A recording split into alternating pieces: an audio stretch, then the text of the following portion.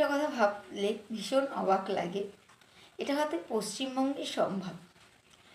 তৃণমূল যে সমস্ত প্রার্থী ঘোষণা করেছে তার মধ্যে একাধিক চোর, জেলখাটা আসামি জেল খেটে এসেছে। তো আজকে আমি একজনের নামটা নিয়ে আলোচনা করব, সেটা হচ্ছে কুণাল ঘোষ।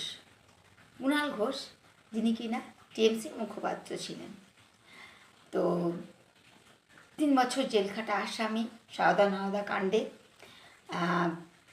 ভীষণভাবে মানে কারাপ্টেড একটা মানুষ, কারাপশন করে জেল খেটে এসেছে, তাকে কিনা একদম প্রার্থী ঘোষণা করে দিয়েছে টিএমসি। তাকে ভোট দেবে জনগণ। ভাবুন, আই থিঙ্ক বেলেঘাটা থেকে তিনি দাঁড়িয়েছেন।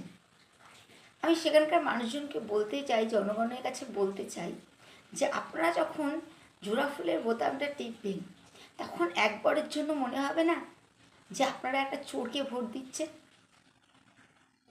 এইটা মাথায় রেখে বোতামটা টিপবেন, এটা আপনাদের কাছে অনুরোধ। শুধু তাই নয়, আরও অনেক কীর্তি আছে। যে দলের হয়ে দাঁড়িয়েছে সেই দলের সুপ্রিমোকে উনি কী বলেছেন সেটাও আপনারা শুনে নিন, ঠিক আছে? আপনাদের মানে বলবো, আরেকবারও বলবো যে অবশ্যই চিন্তা ভাবনা করবেন, চোর হইতে সাবধান। কেমন? দেখুন ভিডিওটা,